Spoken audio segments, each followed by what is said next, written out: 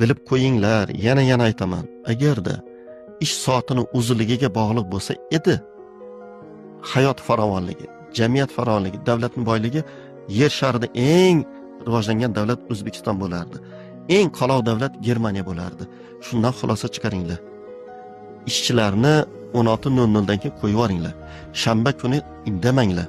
Yakshanba kuni indamanglar. Oilaga yuboringlar, sizlar ham dam olinglar. Ko'rib turibsizlar, neyropsixolog sifatida sizlarga aytayapman. Voqea ro'y berdi. Mana shu men bu gapni 3-marta intervyu berishim, bir etudingiz domla, o'sha rahbar sen o'lganingdan keyin uying qattaligini bilmaydi. Janozangga boradida, tez bo'linglar deydi-da. Mayli, hurmat qilsa qabristongacha boradi-da, qabrga qo'ygandan o'rniga o'sha kun aytadi, odam topinglar deydi-da, majlisni davom ettiradi. Shu voqea bo'ldi dedi. 22 yil berilib ishlagan odamning uyini bilmagan. Hozir uyga mehmon chaqirmaydi-yu, qatta edi deb. Ko'rdingizmi? Obordi ko'mda. Shuning uchun sizlarni yig'laydigan, sizlarni eslaydigan farzandlaringiz.